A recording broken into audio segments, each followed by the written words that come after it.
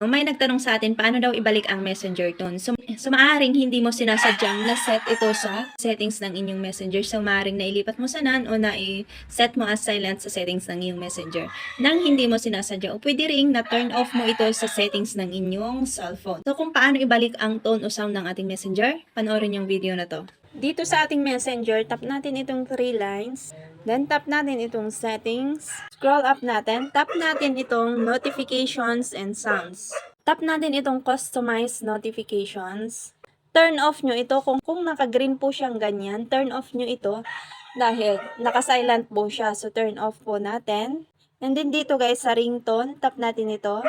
So, mag-select kayo dito ng ringtone ng chats nyo. So, at baka naman, hindi nyo sinasadya ay nakalagay siya dito sa none. So, kapag none, syempre hindi talaga tutunog yan. So, kahit ilagay nyo lang dito guys sa default.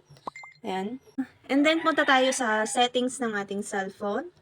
So, kahit naka-turn on yung mga yon, kung hindi naka-turn on ito sa settings ng inyong cellphone, ay hindi kayo mano-notify o hindi mag-ring yung cellphone nyo kapag may tumawag o mag-chat sa inyo. Maliban na lang kung nasa mismong messenger kayo. So, scroll up nyo. Tap nyo itong notifications and status bar. And then dito sa app notifications, dito sa messenger, kailangan naka-turn on ito. Kapag naka-turn on yan, kahit hindi naka-open ang messenger nyo, ay maririnig nyo o magre-ring yung cellphone nyo kapag may tawag kayo o may chat kayo.